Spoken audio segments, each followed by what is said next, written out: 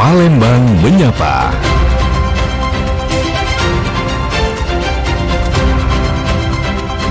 Palembang Menyapa.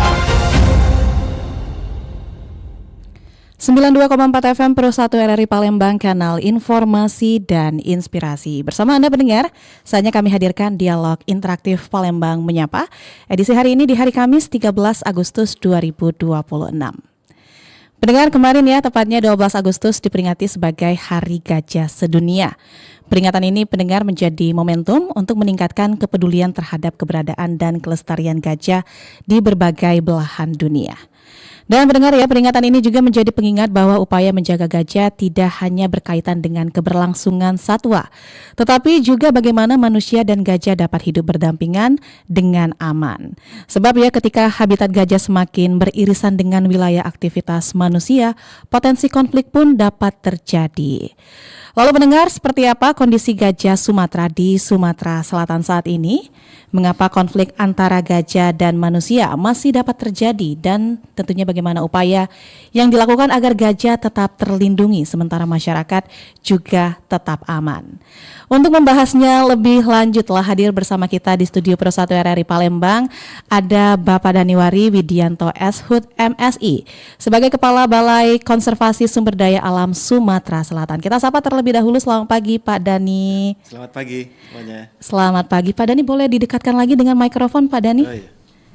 Oke, apa kabar Pak Dani? Ya baik, terima kasih. Selamat pagi. Kabarnya gimana nih Pak Dani? Ya, alhamdulillah Mbak. Alhamdulillah ya. Baik, dan Pak Dani tidak sendirian pendengar ya. Ada juga ini narasumber yang hadir, ada peneliti gajah Sumatera di Sumatera Selatan. Ada Mbak Winda Indriati MSI. Selamat pagi Mbak Winda. Pagi Mbak Eka. Selamat pagi. Apa kabar Mbak Winda? Alhamdulillah sehat Mbak. Alhamdulillah sehat. Lancar perjalanannya tadi Mbak Winda? Lancar Mbak. Alhamdulillah. Mbak Winda, maaf boleh didekatkan juga ya Mbak Winda? Oke. Oke, dan juga ada Ketua Community of Conservation atau COC Unsri 2026, ada Mbak Syifa Aulia Anissa. Selamat pagi Mbak Syifa. Selamat pagi. Sehat pagi ini? Alhamdulillah sangat sehat. Alhamdulillah ya. Semangat sekali ya di Hari Gajah. Sekali. Baik, dan pendengar ya, seperti biasa kami juga mengajak Anda untuk bergabung di perbincangan kita di pagi hari ini. Silakan menuju line telepon kami di 0711 369977 dan juga bisa melalui pesan WhatsApp di 0821 7927 9090. Dan juga untuk dialog Palembang Menyapa di kesempatan hari ini kami hadirkan juga melalui kanal YouTube kami di Pro 1 RRI Palembang, dan tentunya bisa didengarkan melalui aplikasi RRI Digital. Baik, Mbak Winda, Mbak Syifa, sebelumnya saya izin ke Pak Daniwari terlebih dahulu ya. Baik, Pak Daniwari, kalau kita berbicara mengenai gajah Sumatera nih Pak, seperti apa sebenarnya gambaran umum kondisi gajah yang ada di Sumatera Selatan saat ini Pak? Iya, sebelumnya saya mengucapkan selamat Hari Gajah Sedunia ya, 12 Agustus. Mudah-mudahan ke depan gajah dalam kondisi yang semakin membaik ya, baik habitat maupun populasinya ya. Kemudian manusia juga bisa hidup berdampingan dengan gajah pada kantong-kantong habitat yang ada. Gajahnya aman, manusianya juga nyaman ya. Kurang lebih seperti itulah harapannya ya. Saya mungkin mengawali dari instruksi Presiden nomor 8 tahun 2026 yang terbit pada awal bulan Juli yang lalu ya. Betul. Jadi di situ diinstruksikan kepada 11 kementerian, lembaga serta pimpinan daerah khususnya di Sumatera dan di Kalimantan ya untuk melaksanakan tindakan penyelamatan pada 21 landscape yang menjadi kantong habitat gajah. Kira-kira seperti itu. Jadi besar harapan kita semua ya dengan terbitnya Inpres nomor 8 itu populasi dan habitat gajah akan semakin baik gitu ya. Gajah lestari, habitatnya juga terjaga. Nah, untuk di Sumatera sendiri, khususnya Sumatera Selatan ya barangkali ya, kurang lebih sekitar hampir 30%-nya gitu ya, populasi gajah Sumatera yang ada di Indonesia itu ada di Sumatera Selatan, baik dari sisi luasan kantong habitatnya maupun populasinya ya, kira-kira seperti itu. Sehingga saya kira Sumatera Selatan sendiri punya posisi yang sangat penting strategis untuk turut serta berkontribusi dalam pelestarian gajah Sumatera. Jadi dari 21 landscape tersebut di Sumatera Selatan sendiri ada 6 kantong habitat. 6 kantong habitat dengan luasan total kurang lebih sekitar 1,7 juta hektar ya. Dengan kantong habitat terbesar itu ada di Sugian Simpang Heran. Populasinya juga terbesar di situ. Sugian Simpang Heran itu kurang lebih 630.000 hektar yang menjadi habitat gajah Sumatera. Populasinya juga kurang lebih 142 individu gajah ya. Nah, sehingga tata kelola untuk pelestarian gajah Sumatera di 6 kantong habitat di Sumatera Selatan itu kemudian menjadi tantangan tersendiri yang harus dikelola secara baik. Para pihak juga harus berperan optimal ya, karena tidak dipungkiri memang kenapa impresnya kok nyebutnya penyelamatan ya, berarti ada satu hal yang memang harus kita laksanakan secara urgent. Ada tantangan, ada ancaman mungkin di situ ya, sehingga kita berusaha untuk kemudian bahu-membahu dengan para pihak untuk melakukan tindakan-tindakan yang memang diperlukan untuk melestarikan gajah ini. Kira-kira seperti itu, Mbak. Baik, untuk 6 kantong habitat nih, 6. Pak Dani, itu di mana saja wilayahnya, Pak? Jadi yang pertama yang tadi saya sebutkan di Sugian Simpang Heran itu yang terbesar, kemudian ada di Benakat Semangus, kemudian di Saka Gunung Raya, lalu ada juga di Lalan Sembilang, kemudian di Meranti Dangku ya, Meranti Harapan, dan satu lagi ada di Mesuji. Oke, baik. Dari 6 kantong habitat ya Pak Dani ya berarti ya. Apakah populasi gajah Sumatera di Sumatera Selatan ini masih terbilang cukup terjaga nih Pak, atau justru menghadapi berbagai ancaman? Ya, kalau dibilang populasinya masih terjaga ya alhamdulillah memang ada sekitar 240-an ya. Kurang lebih total individu gajah yang ada di Sumatera Selatan. Tentu saja tadi seperti saya sampaikan ada ancaman, maka kita harus melakukan tindakan bersama ini ya. Seluruh elemen juga harus memahami itu, masyarakat juga harus turut serta, ada kontribusinya gitu ya. Jadi upaya-upaya telah kami lakukan dari level provinsi, juga Pak Gubernur sudah merespon itu sebenarnya, salah satunya melalui keputusan Gubernur tahun 2020 itu telah dibentuk tim strategi, sudah dilakukan, kami bersama Dinas Kehutanan berkolaborasi untuk coba menguatkan peran para pihak di situ. Baik, saya ke Mbak Winda ya sebagai peneliti gajah Sumatera. Mungkin bisa kita kenali dulu nih karakter gajah Sumatera ini seperti apa sebenarnya ya. Mbak Winda, apa yang membuat gajah Sumatera ini memiliki peran penting nih Mbak bagi ekosistem? Kalau ditanya seperti itu Mbak, sebenarnya banyak persepsi gitu yang mengatakan bahwa kenapa hanya dilindungi spesiesnya saja, kenapa hanya fokus di gajahnya saja gitu kan. Padahal gajah ini dikenal juga sebagai petani hutan Mbak. Jadi dia menyebar benih yang nanti akan tumbuh sebagai vegetasi tutupan lahan di ekosistem. Jadi walaupun kita berfokus pada melindungi gajahnya, tetapi kita juga melindungi satu lanskap ekosistem secara utuh gitu. Selain itu, dengan adanya gajah juga diibaratkan sebagai spesies kunci ataupun spesies payung gitu. Gajah ini nanti akan memberikan ruang, membuka ruang gerak, terus menyediakan tadi menumbuhkan benih-benih pakan yang nanti juga akan berguna bagi spesies-spesies lainnya gitu. Baik, seberapa luas nih Mbak Winda sebenarnya wilayah yang dibutuhkan gajah untuk mencari makan, bergerak dan juga berkembang biak? Kalau jelajah harian gajah itu rata-rata di kisaran 32 km Mbak ya, untuk satu individu atau populasi kelompok itu kebutuhan alami dari daya dukung habitat dalam satu hari Mbak. Oke, kalau habitat gajah ini semakin berkurang ya Mbak Winda ya, ataupun terfragmentasi, apa yang kemudian terjadi nih pada perilaku dan juga pergerakan gajah ini sendiri? Kalau untuk kita lihat contohnya di Sumatera Selatan sendiri, sebenarnya tadi sudah di-mention juga sama Pak Dani bahwa habitat terluas atau terbesar populasi bagi gajah adalah di Sugihan Simpang Heran gitu Mbak. Walaupun habitat gajahnya ini bisa dibilang di Sugihan Simpang Heran itu populasinya cukup besar dibandingkan dengan kantong-kantong populasi yang lain, tetapi kita bisa lihat bahwa gajah liar ini berada di tekanan atau di dalam ekosistem yang berada di dalam area produksi gitu Mbak, konsesi gitu kan.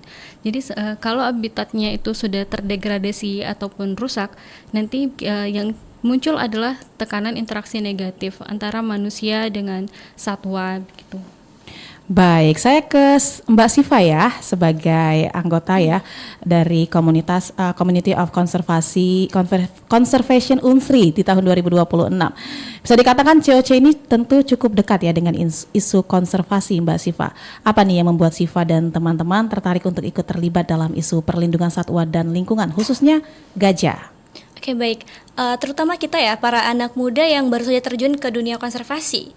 Kita tidak asing dong, tentu awalnya sangat asing dengan apa sih itu konservasi, apa sih tujuannya gitu ya Mbak. Nah, awalnya konservasi ini, komunitas ini dibentuk oleh mahasiswa akhir dari Universitas Sriwijaya yang fokus ke bidang konservasi. Jadi kami juga ikut turut melanjutkan. Teman-teman juga sangat suportif ya terhadap isu-isu lingkungan, terutama pada kemarin saat 29 Juli Hari Harimau dan juga pada saat ini sebagai Hari Gajah. Dan tentu kami sebagai anak muda yang akan menjalankan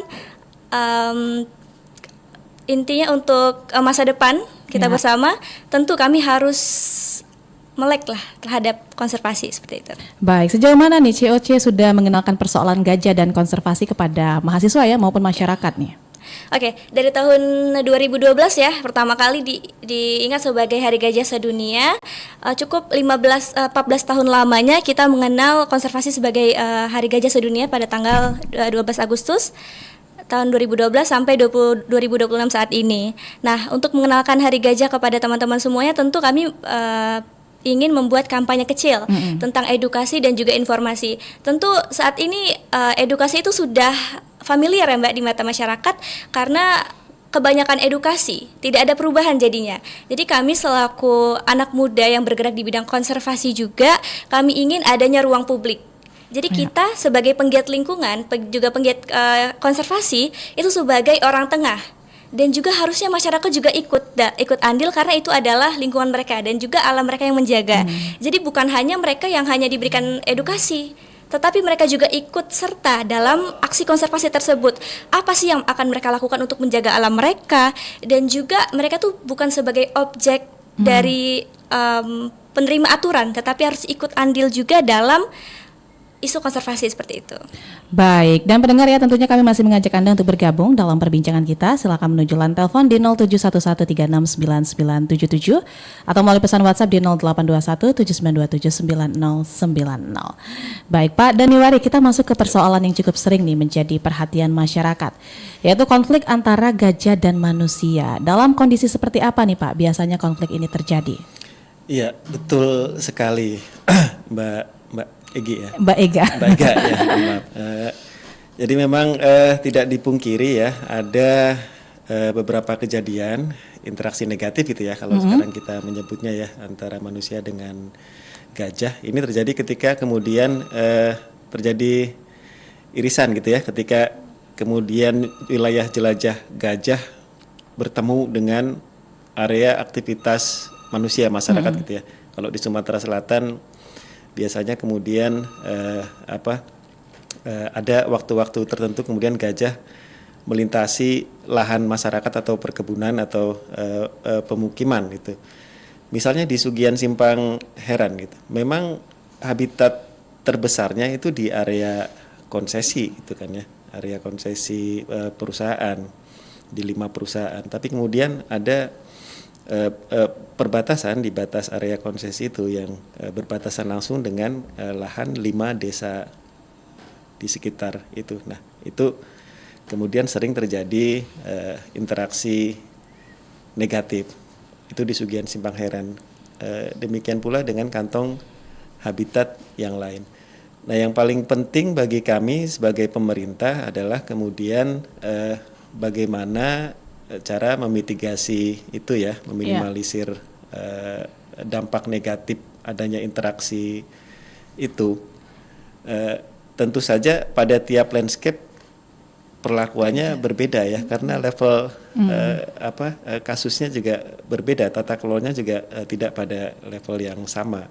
Di Sugian Simpang Heran misalnya, di situ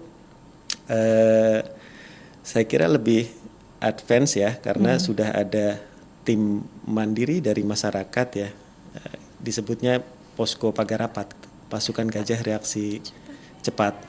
Oke, itu yang di wilayah mana, Pak?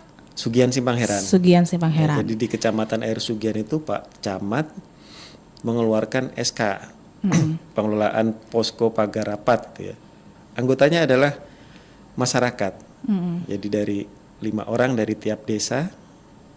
Kemudian ada dari unsur perusahaan dan BKSDA sebagai supervisornya bersama para pihak yang lain termasuk TNI Polri gitu kan. Jadi tiap hari berpatroli ini ada pedoman kerjanya, ada. Saya kira itu bisa meminimalisir dampak negatif, interaksi negatif, konflik itu ya kalau orang umum menyebutnya ya. Meskipun kemudian ya ada beberapa kasus ya, kadang gajah kemudian masih menyeberang ke pemukiman gitu lah. Tapi secara umum bisa diantisipasi, masih bisa dikendalikan dengan relatif baik ya kalau di Sugian Simpang Heran.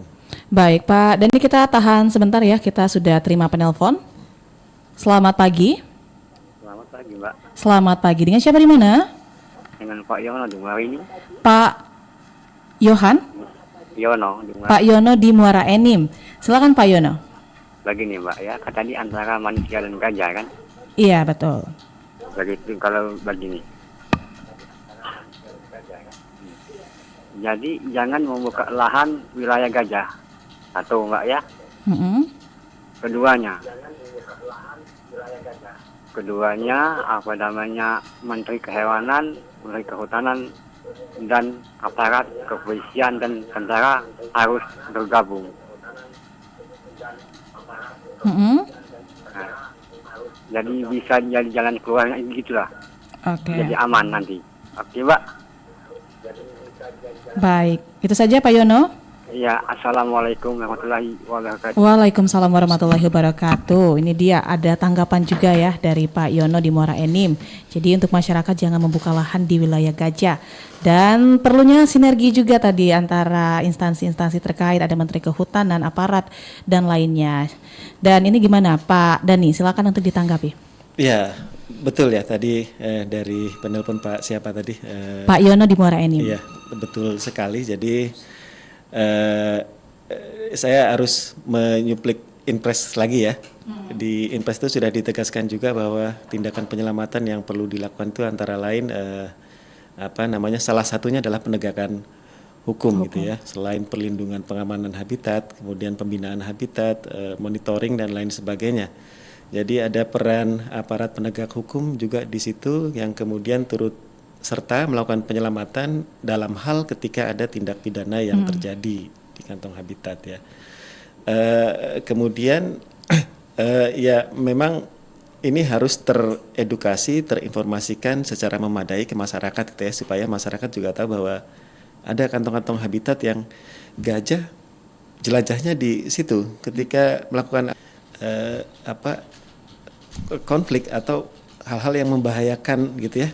Kita kan nggak bisa ini ya gajah liar ya, artinya ya mungkin pada masa masa birahi gitu ya kan lebih agresif gitu ya. Jadi itu yang perlu disampaikan ke masyarakat baik oleh pemerintah maupun kemudian oleh para pihak yang areanya menjadi area habitat gajah ya. Baik, kita akan minta tanggapan juga sama Mbak Winda dan Mbak Siva, tapi kita terima penelpon terlebih dahulu ya. Sudah tersambung bersama kita, selamat pagi. Iya, selamat pagi. Selamat pagi, dengan siapa di mana? Dengan Arya di Sukarela. Arya di Sukarela, silakan Pak Arya. Itu, seberapa penting sih Kak menjaga habitat dan jalur jelajah gajah untuk mencegah gajah itu masuk ke kawasan pemukiman warga? Oke, seberapa penting menjaga jalur jelajah gajah ya Pak Arya ya? Iya Kak. Baik, itu saja Pak Arya? Iya Kak. Baik, terima kasih. Silakan mungkin Mbak Winda bisa ditanggapi nih. Oke, saya sedikit dulu Mbak, tadi dari Pak Yono ada hal Iya. yang menarik juga bagi Iya, saya. silakan. Tadi saya rasa pengetahuan Pak Yono itu sudah juga luas ya Pak ya, sudah luas ya dari secara pola pikir tentang konservasinya. Tadi juga dibilang bahwa pelibatan para pihak. Jadi sebenarnya 12 Agustus kemarin karena ada momentum Hari Gajah, maka rekan-rekan dari Kementerian Kehutanan juga bersama para stakeholder penyusun juga sudah menerbitkan dokumen strategi rencana aksi konservasi gajah untuk tahun 2026 sampai dengan 2036 kalau saya tidak salah, terlaksana selama 10 tahun. Nah, pada dokumen itu sudah dibuat matriks tata kelola dan rencana aksi apa saja yang akan dilakukan 10 tahun beserta pihak-pihak kolaborator, pihak-pihak PIC gitu dari semua sektor, ada dari level pemerintahan, kemudian juga ada akademisi, ada juga pengelola atau pelaku usaha swasta yang berada di kawasan tersebut, kemudian juga ada aparatur sipil negara, ada dari masyarakat, kemudian juga ada dari komunitas dan juga beberapa dari pegiat konservasi atau asosiasi lainnya. Nah, itu saya pikir juga sekarang kalau bicara konservasi wajib kolaborasi sih. Jadi bukan hanya kalau dibilang oh karena ini gajah satuannya BKSDA yang bertanggung jawab penuh. Menurut kita harus bergeser dari pemikiran itu karena kalau tidak berkolaborasi, kapan akan terrealisasi koeksistensi atau kehidupan seimbang antara manusia dan gajah itu akan mustahil kita capai. Jadi intinya kita harus berkolaborasi dan bersinergi. Kemudian tadi pertanyaan dari penelpon kedua Mbak, saya lanjut aja. Tadi bagaimana seberapa penting gitu perlindungan menjaga, perlindungan bagi habitat gajah gitu agar tidak keluar ke pemukiman. Gajah ini kan salah satu hewan yang grazer, dia itu mencari pakan terus gitu kan selama 24 jam tuh dihabiskan dengan berjelajah mencari pakan, kemudian tidur, hanya seperti itu saja gitu pola pergerakannya. Kemudian di musim-musim tertentu karena gajah ini termasuk salah satu satwa yang memiliki daya ingat yang cukup tinggi gitu dari apa yang mereka alami selama masa hidup dan juga diturunkan oleh induknya, memang akan tetap ada gitu Mbak salah satu momen perjumpaan antara gajah dan manusia di daerah-daerah yang tadi kalau dibilang sudah di-mention Pak Denny bahwa adanya irisan gitu antara habitat gajah, area konsesi dan pemukiman. Jadi salah satu tindakan yang biasa peneliti ataupun akademisi yang juga berintegrasi dengan balai adalah menciptakan ruang Mbak. Jadi adanya misalnya kita melakukan penanaman daya dukung pakan yang disukai oleh gajah di sepanjang area jalur lintasannya gitu. Kita sediakan gitu daya dukung apa yang bisa menunjang dan dibutuhkan oleh gajah. Kemudian selain itu tadi juga di Mbak Syifa juga bilang adanya bentuk edukasi kepada masyarakat di sekitar pemukiman tersebut dan juga kita melibatkanlah masyarakat itu sebagai salah satu tim patroli pengamanan Mbak. Jadi mungkin ada beberapa tokoh masyarakat yang lebih tahu gitu kan tentang area atau kondisi di desanya atau di perkebunannya, itu kita libatkan sebagai salah satu pelopor atau pionir dari tim patroli gajah tadi. Jadi mereka yang nanti akan memberikan informasi gitu kepada masyarakat lain. Oke, kita terima penelpon kembali, sudah ada yang bergabung. Selamat pagi. Pagi Mbak. Selamat pagi. Dengan siapa di mana? Dengan Eko di Pelaju Pak. Eko di Pelaju, silakan Pak Eko. Di Hari Gajah Sedunia ini, apa langkah nyata yang menurut Kakak paling penting dilakukan untuk menjaga gajah sekaligus melindungi masyarakat dari konflik Kak? Langkah paling penting untuk dilakukan untuk menjaga gajah sekaligus melindungi masyarakat dari konflik. Menjaga gajah dan melindungi masyarakat dari konflik ya Pak Eko ya? Iya. Baik, terima kasih Pak Eko. Terima kasih. Baik, silakan mungkin saya ingin mendengar tanggapan ya dari Mbak Syifa nih. Oke, mungkin pertanyaan dari Pak Eko tadi bagaimana? Langkah nyata ya di Hari Gajah ini yang paling penting untuk menjaga gajah dan juga menghindari manusia dari konflik. Oke, mungkin saya sempat mendengar dari Mbak Winda juga tadi bahwa gajah itu punya jalur sendiri Mbak. Jadi kalau ditanya apa langkah nyata itu pasti tidak membuat lahan produksi maupun alih fungsi lahan di habitat gajah. Karena banyak banget narasi di media sosial yang bilang bahwa gajah itu yang masuk ke dalam pemukiman warga, dan juga gajah itu yang merusak lahan produksi seperti itu kan ya. Padahal bisa saja kita balik narasinya bahwa manusia itu sendiri yang sudah masuk ke dalam kawasan gajah. Jadi langkah nyata sebagai penggiat konservasi dan juga mungkin masyarakat sekitar itu yang pertama tidak melakukan perburuan liar ya. Karena percuma kalau kita memberikan edukasi kepada masyarakat jika masyarakatnya sendiri adalah salah satu problem terbesar dalam terancamnya gajah tersebut, Mbak.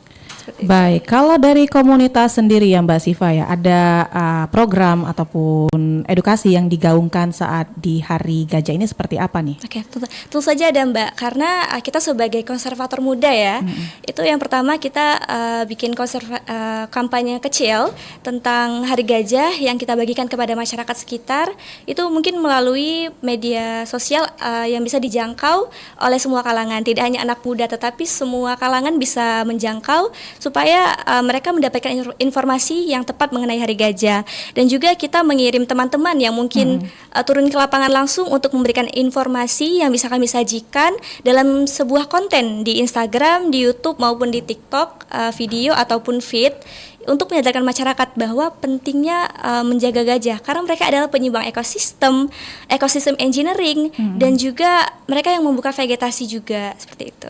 Baik, Mbak Winda, kalau dari hasil penelitian selama ini, apa nih persoalan paling mengkhawatirkan terkait gajah Sumatera di Sumatera Selatan sendiri, Mbak Winda? Baik, Mbak Ega. Kalau dari hasil penelitian selama ini yang paling mengkhawatirkan atau dari segi ancaman bagi gajah itu tadi Pak, degradasi dan fragmentasi habitat. Jadi kami juga saat ini masih sedang berproses Mbak melakukan penelitian dari pemetaan genetik gajah liar di Sumatera Selatan. Ya, ada dukungan dan izin dari Pak Dani juga selaku Kabalai BKSDA. Jadi kalau dilihat dari genetiknya itu Mbak, populasi gajah Sumatera kita ini sudah ada perubahan Mbak, sudah ada perubahan susunan basa atau area DNA yang kita sebut yang dikonservasi gitu Mbak. Nah itu disebabkan salah satunya adanya fragmentasi dan degradasi habitat yang menyebabkan, anggaplah misalnya di Sugihan Simpang Heran itu satu metapopulasi besar Mbak, tetapi dia itu terbagi lagi kantong populasi itu terbagi lagi, terpisah gitu dengan jarak tertentu pada kantong-kantong kecil. Nah itu mengakibatkan adanya indikasi inbreeding atau perkawinan sedara. Nah arah perkawinan sedara itu memang tidak akan nampak dengan cepat gitu kan, tampak di luar efeknya gitu secara morfologi, tetapi nanti bisa berefek 5-10 tahun ke depan. Implikasinya adalah arahnya kesehatan reproduksi. Jadi nanti anak-anak gajah yang dilahirkan itu nanti kita khawatirkan akan sangat rentan daya tahan tubuhnya terhadap survive di alam, seperti itu Mbak. Jadi perlu ada intervensi, adanya koridor ekologis atau koridor hidupan liar nanti yang akan menghubungkan kantong-kantong kecil tersebut di satu kantong metapopulasi yang besar agar terjadi pertukaran aliran genetik untuk menjaga kemurnian genetik. Itu salah satu langkah dan intervensi lah yang mungkin kedepannya bisa kita lakukan untuk sesuai dengan SRAK dan IMPRES adalah pemulihan ekosistem dan penyelamatan kenaikan populasi gajah di alam liar. Baik, kalau kita kembali berbicara tentang konflik tadi ya Mbak Winda ya, konflik antara gajah dan manusia. Kalau pernah terjadi konflik di satu lokasi, apakah ada kemungkinan gajah ini kembali ke tempat yang sama nih Mbak? Kalau gajah itu memang salah satu satwa yang memiliki daya ingat yang super ya Mbak. Salah satu satwa yang dia ingat gitu jalur jelajahnya di mana. Bahkan ada salah satu yang saya baca di media sosial gitu di Padang contohnya gitu kan, masih di wilayah Sumatera. Jadi bertahun-tahun gajah itu tidak pernah muncul ataupun terlihat di salah satu area di daerah Padang gitu Mbak. Sekitar 10-20 tahun kemudian tiba-tiba gajahnya hadir lagi di situ. Nah itu membuktikan asumsi bahwa memang gajah itu memiliki daya ingat yang cukup tinggi. Jadi walaupun sudah pernah terjadi konflik atau interaksi negatif di satu wilayah, tidak menutup kemungkinan hal itu tidak akan terjadi lagi. Seperti yang kita tahu bahwa gajah itu paham. Kadang kita secara manusia awam, gimana ya gajahnya bisa paham, oh musim penghujan rumputnya lagi banyak di daerah A misalnya, musim kemarau dia lebih menjelajah lebih jauh untuk mencari sumber air dan sumber pakan. Nah itu kan dari segi ingatan yang turun-temurun secara naluriah dan instingnya, dia akan tetap melewati jalur itu karena ya itulah jalur koridor alaminya, begitu Mbak. Baik, dan pendengar kami masih mengajak Anda untuk bergabung ya. Silakan menuju line telepon di 0711369977 atau melalui pesan WhatsApp di 082179279090 dan bisa juga melalui kanal YouTube kami di Pro 1 RRI Palembang. Saya kembali ke Pak Dani Wari. Kalau masyarakat tiba-tiba nih Pak menemukan gajah berada di sekitar kebun ataupun permukiman, apa nih yang sebaiknya dilakukan? Ya, terima kasih Mbak. Jadi banyak juga ya pertanyaan seperti itu ya ke kami ya, apa yang harus dilakukan oleh masyarakat ketika kemudian tiba-tiba bertemu dengan gajah. Yang pertama pastinya jangan panik ya, diusahakan jangan panik gitu ya, atau melakukan hal-hal yang kemudian bisa memancing insting gajah untuk malah menyerang gitu kan. Jadi dan jangan kemudian malah ngide ngasih makan gitu. Ya dihindari.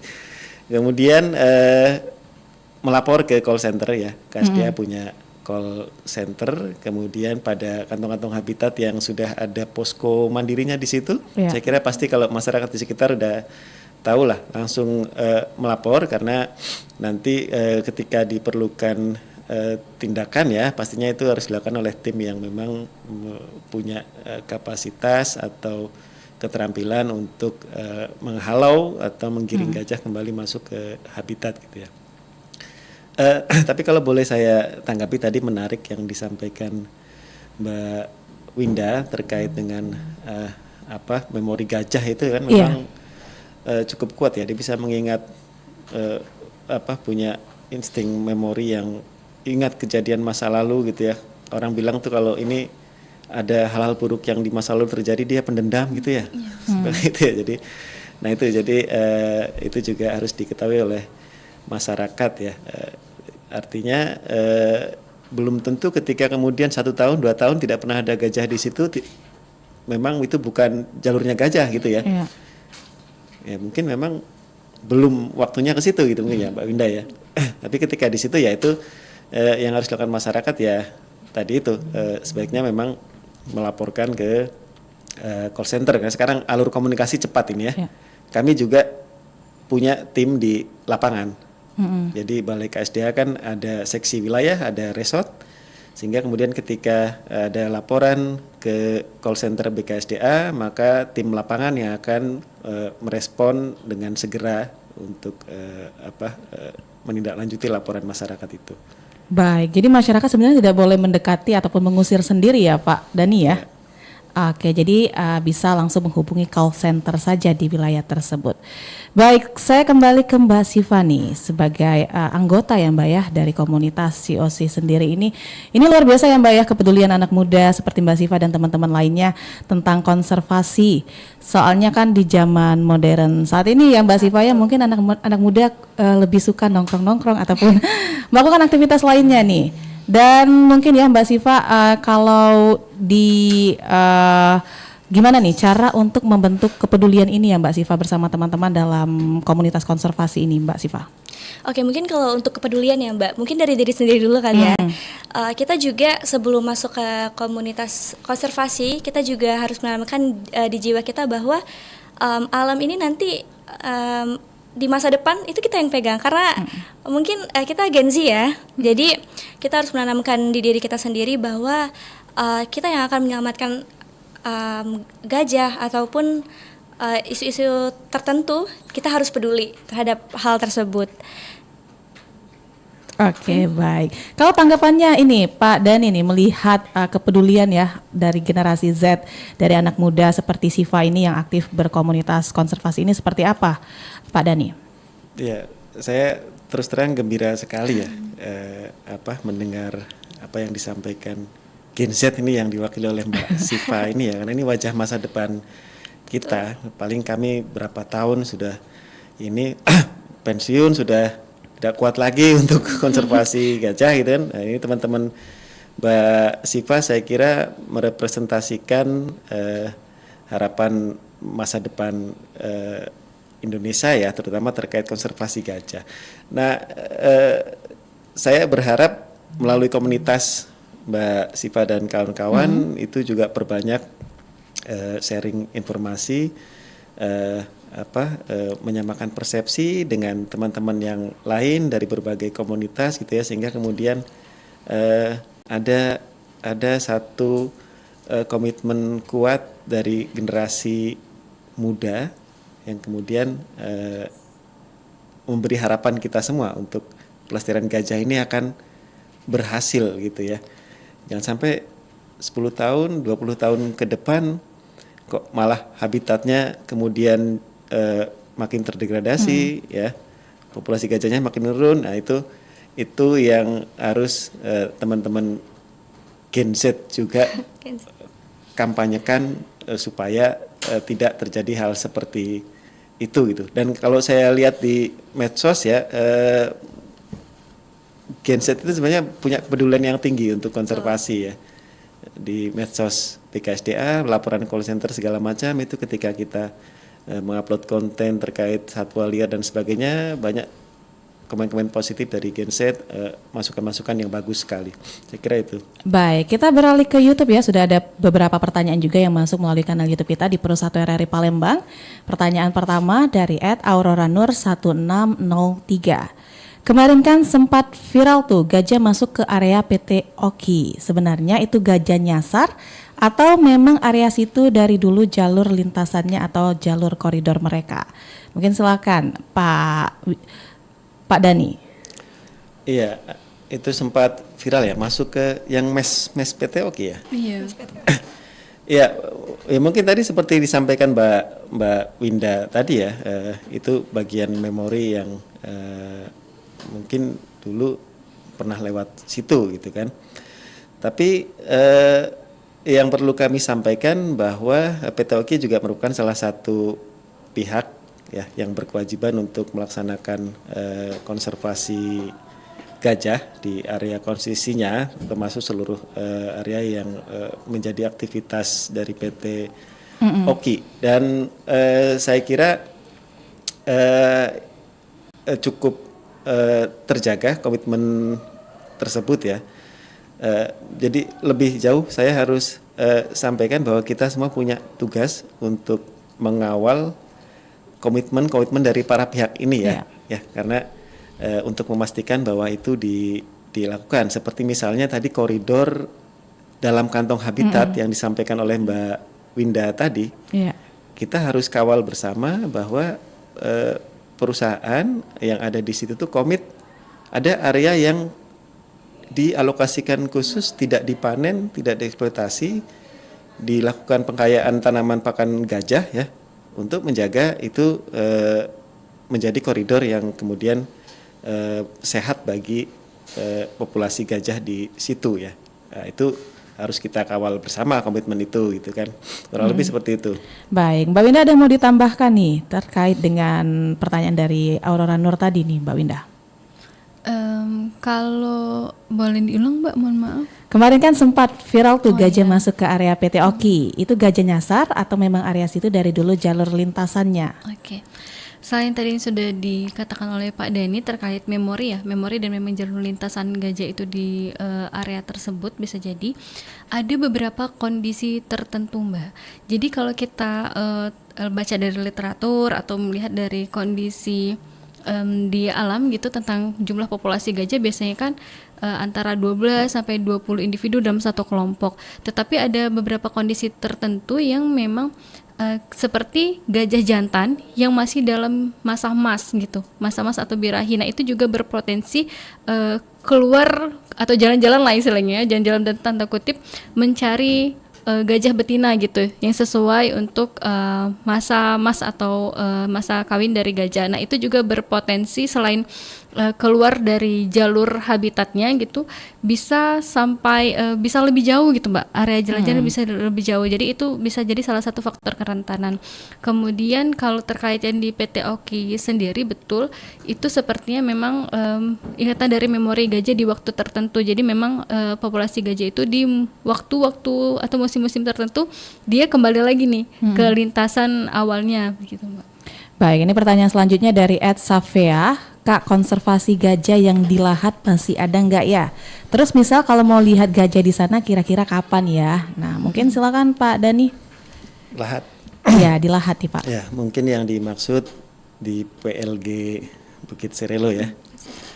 Ya, selain pengelolaan atau konservasi gajah liar, memang ada unit perlindungan satwa dalam bentuk pusat konservasi gajah yang ada di jalur 21 Padang Sugihan ya. Di situ ada 28 ekor gajah jinak. Kemudian di Lahat ada pusat latihan gajah, itu unit perlindungan satwa juga yang dikelola oleh BKSDA Sumatera Selatan. Di situ ada 8 ekor gajah. Ada mahotnya di situ. Kebetulan di situ adalah taman wisata alam.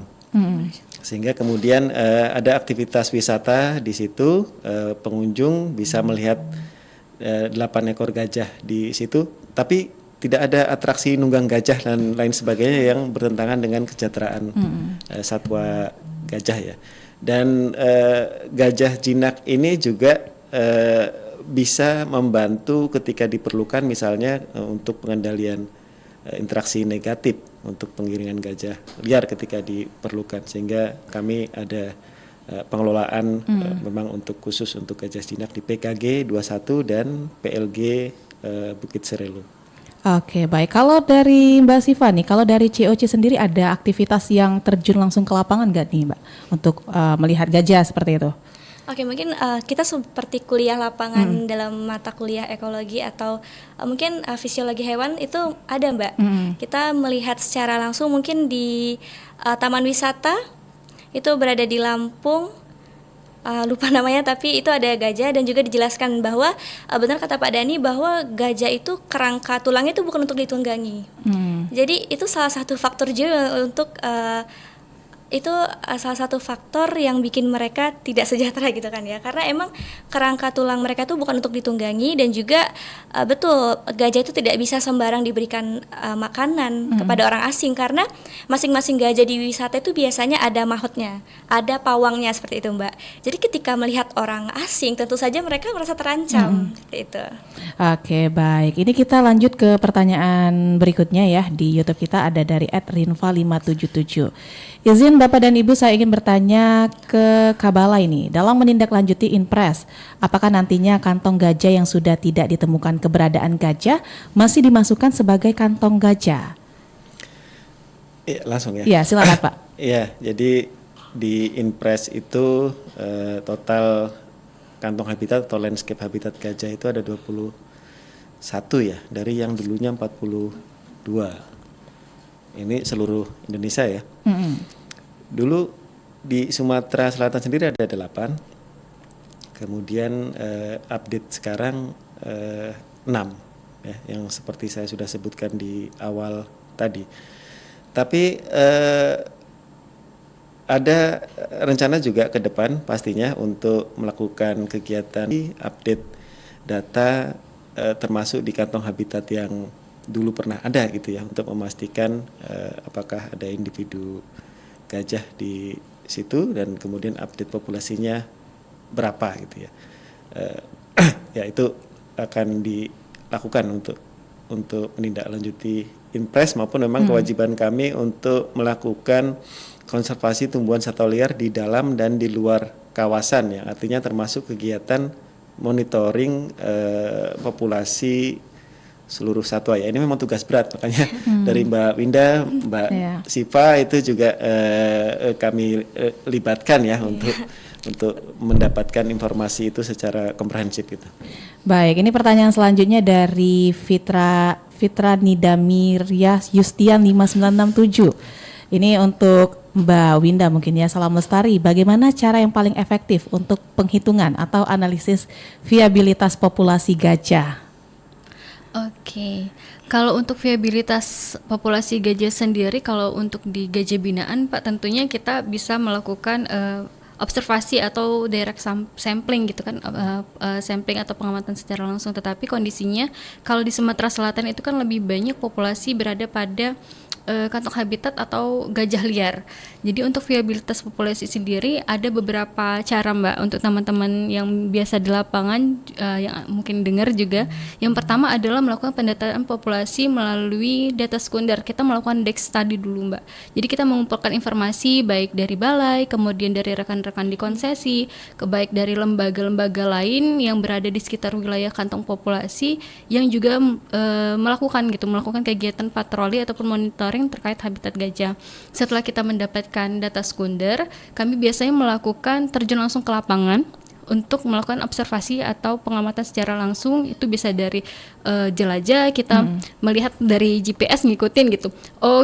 Gajahnya melewati jalan atau koridor yang mana nih saat ini. Nah, kita biasanya bisa dari itu untuk mengetahui pola jelajah dan juga ukuran individu. Selain itu juga kita melakukan pemanfaatan teknologi Mbak. Jadi ada satu alat namanya kamera trap.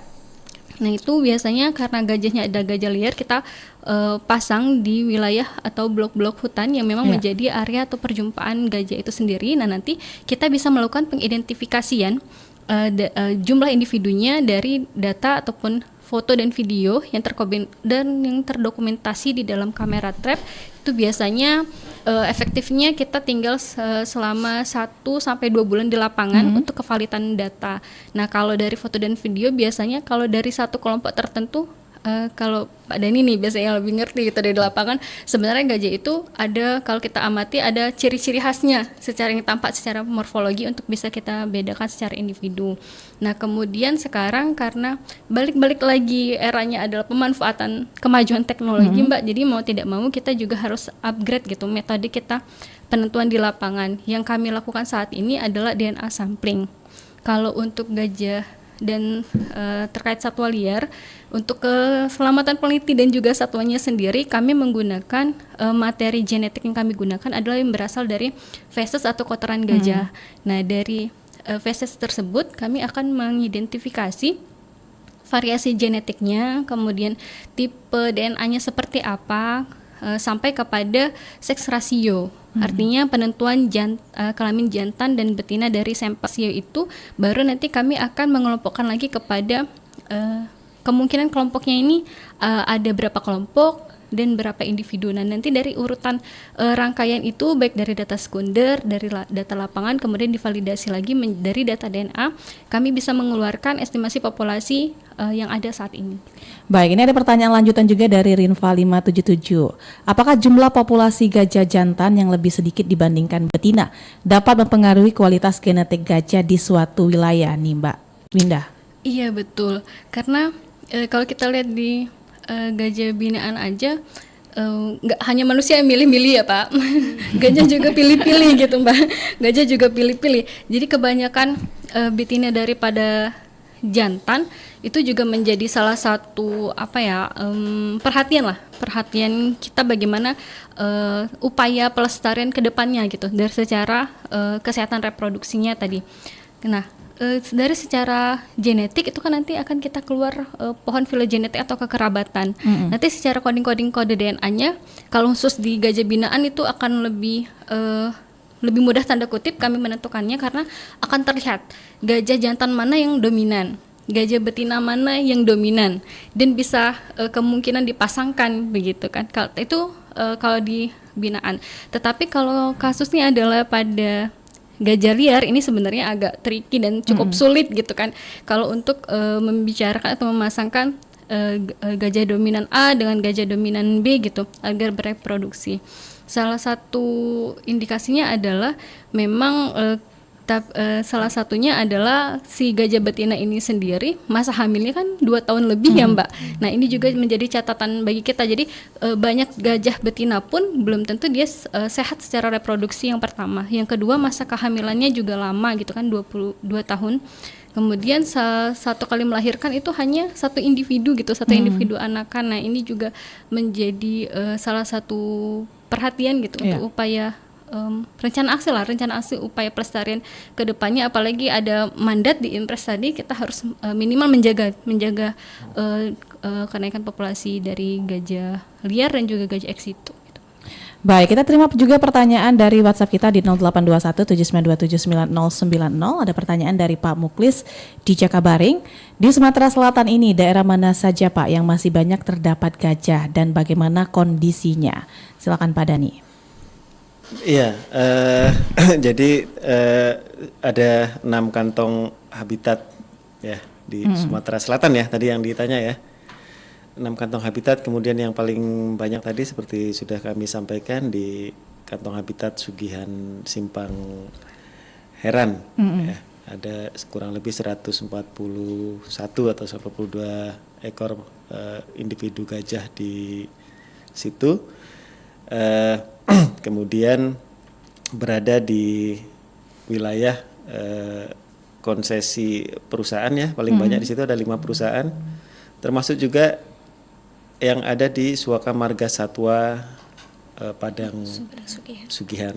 Jadi macam-macam status kawasannya di situ. Ada kawasan konservasi yang Suaka Marga Satwa Padang Sugihan tadi, kemudian area konsesi 5 perusahaan, bahkan ada APL-nya juga di situ ya. Kalau kondisinya ya tadi sempat kita bahas juga sih ya, ancaman ada gitu ya, ancaman terhadap kualitas habitat maupun populasi gajahnya itu karena ruang ini dipakai bersama, ruang habitatnya tidak hanya gajah sendiri tapi dipakai bersama. Nah itu yang kemudian kita akan intervensi bersama untuk memastikan habitatnya tetap sehat, terjaga, populasinya sebisa mungkin bisa meningkat ya, karena tadi Mbak Winda juga sampaikan reproduksinya cukup sulit gitu ya, 2 tahun ya untuk masa kehamilan, kemudian berjodoh pun susah gitu kan ya, dijodohkan pun belum tentu mau gitu ya. Jadi itulah teman-teman semua pentingnya kita kemudian harus menjaga kelestarian gajah yang begitu sulitnya aja untuk beranak pinak itu. Baik, untuk Mbak Sivanis, apa nih Mbak yang bisa dilakukan masyarakat biasa, termasuk anak muda untuk ikut membantu menjaga gajah Sumatera ini, Mbak Siva? Oke, untuk masyarakat sekitar ya Mbak, seperti yang saya pertama kali bilang tadi, kita sebagai anak muda tentu perlu diskusi ruang publik pada masyarakat juga, dan juga harapannya kepada pemerintah juga lebih banyak menurunkan anak muda ke lapangan Pak, supaya mereka juga jiwa-jiwa muda ya Mbak, jadi masih semangat-semangatnya untuk mempelajari hal baru. Jadi banyak juga dari teman-teman saya juga misalnya ada volunteer itu cuma terbatas Mbak, jadi cuma 2 orang 3 orang. Jadi itu pun mungkin yang memang konsennya ambil skripsinya itu di bidang konservasi. Jadi kita yang memang tertarik masih awam itu perlu juga Pak. Jadi anak-anak muda juga perlu turun ke lapangan untuk melihat langsung nih bagaimana habitat gajah, cara pakannya atau segala macam itu juga diperlukan seperti itu. Baik, ini kita bacakan juga ya, ada pertanyaan di YouTube kita. Jalan lintas Lubuk Linggau Pali yang memotong koridor gajah tanpa mitigasi khusus, hanya rambu gajah dan tidak ada underpass, itu sebenarnya seberapa berbahaya sih baik buat pengendara maupun buat gajahnya sendiri? Mungkin singkat saja nih Pak Dani. Ya, yang di mana? Di lintas Lubuk Linggau Pali ini Pak, yang memotong koridor gajah tanpa mitigasi khusus. Kalau untuk habitat gajah di Berangkat Semangus ya, saya kira kami bersama dinas kemarin itu juga sudah mengumpulkan para pihak. Ya, ada FGD belum lama ini, seluruh pihak terlibat dan sudah membuat roadmap dan nanti akan ada SK Gubernur untuk forum kolaborasi pengelola. Di dalamnya itu sudah terbagi peran masing-masing pihak itu, apa programnya ya. terintegrasi, tersinergi, kemudian sumber anggarannya dari mana, kemudian itu tertuang dalam roadmap dan sudah terbagi di tahun berapa akan dilaksanakan. Jadi saya kira itu sudah masuk di strategi dalam roadmap yang saya kira sinkron juga dengan serak yang kemarin sudah diterbitkan juga. Baik, Pak Dhani, Mbak Winda dan Mbak Syifa ya, karena lintas waktu kita juga hampir menunjukkan pukul 9 waktu Indonesia Barat. Mungkin sebelum diakhiri nih Pak dan Mbak Syifa dan Mbak Winda ya, bisa disampaikan pesan-pesan penting yang ingin diinformasikan juga kepada pendengar kita terkait dengan Hari Gajah Sedunia, menjaga gajah, mencegah konflik dengan manusia. Mungkin silakan dari Pak Dhani. Ya, baik. Terima kasih Mbak. Saya kira kalau bicara tentang gajah ini tidak hanya isu lokal Sumatera ya, tidak hanya nasional, bahkan internasional memberikan perhatian yang sangat besar untuk isu konservasi gajah ini, sehingga kita harus bisa menunjukkan juga kepada dunia bahwa Indonesia melakukan konservasi gajah secara baik ya, karena dukungan terhadap gajah juga besar dari dunia internasional itu. Nah, kita di tingkat tapak ini sebagai ujung tombak kita di kita ya, di Sumatera gitu ya, di Padang Sugihan, di Benakasmaus dan lain sebagainya. Nah, kalau kita yang di tingkat tapak tidak melakukan aksi nyata bersama, ya saya kira apa yang menjadi harapan bangsa Indonesia, kebanggaan bangsa ini akan susah dilakukan. Jadi saya menghimbau, mengajak seluruh pihak untuk mari sama-sama kita berkontribusi untuk pelestarian gajah dan habitatnya ya, sesuai dengan kemampuan dan kewenangan masing-masing gitu. Baik, silakan Syifa untuk closing statementnya, pesan-pesan yang ingin disampaikan. Mungkin pesan-pesannya kepada konservator muda ya Mbak, mungkin kepada Gen Z dan juga teman-teman Gen Alpha juga, itu untuk kedepannya tuh lebih aware lah terhadap isu-isu gajah nasional maupun internasional, karena di sini betul kata Pak Dhani, kita tidak bisa bergerak sendiri, kita harus butuh dukungan mungkin dari anak-anak muda, berbagai komunitas supaya perubahannya tuh terlihat seperti itu Mbak. Jadi nggak kita sendiri yang terlihat seperti itu. Itu mungkin untuk pesan kepada teman-teman saya dan juga anak-anak muda, mulailah peduli lingkungan karena kita yang akan hidup di masa depan. Jadi baik buruknya juga kita yang akan merasakan seperti itu. Baik, Mbak Winda, silakan Mbak Winda. Baik, terima kasih Mbak Ega. Dengan melindungi gajah Sumatera, kita tidak hanya berfokus pada satu spesies, tapi secara tidak langsung kita juga melindungi ekosistem secara utuh. Kita menjaga sumber air, sumber pakan yang menjadi sumber kehidupan dan juga keberlangsungan hidup kita di masa depan. Jadi mari kita sama-sama sinergi, komitmen dan berkolaborasi untuk mencapai koeksistensi habitat antara manusia dan satwa liar. Baik, terima kasih banyak Mbak Winda, Mbak Syifa dan Pak Dhani Wari ya atas informasi yang dibagikan di pagi hari ini dalam dialog interaktif Palembang Menyapa. Selamat bertugas kembali. Saya izin akhiri ya Pak ya. Assalamualaikum warahmatullahi wabarakatuh. Waalaikumsalam. Dan pendengar, demikian dialog interaktif Palembang Menyapa di kesempatan hari ini. Semoga pembahasan kita dapat memberi pemahaman bahwa menjaga gajah bukan berarti mengabaikan keselamatan mereka. Sebaliknya, upaya konservasi perlu dilakukan dengan mencari cara agar manusia dan juga satwa liar dapat hidup berdampingan dengan lebih aman. Dan pendengar, terima kasih juga untuk Anda yang sudah bergabung bersama kami. Setelah ini masih akan ada berbagai informasi dan juga hiburan yang akan kami hadirkan di ruang dengar Anda dalam rangkaian Palembang pagi ini bersama kami di Pro 1 RRI Palembang, kanal informasi dan inspirasi. Palembang Menyapa.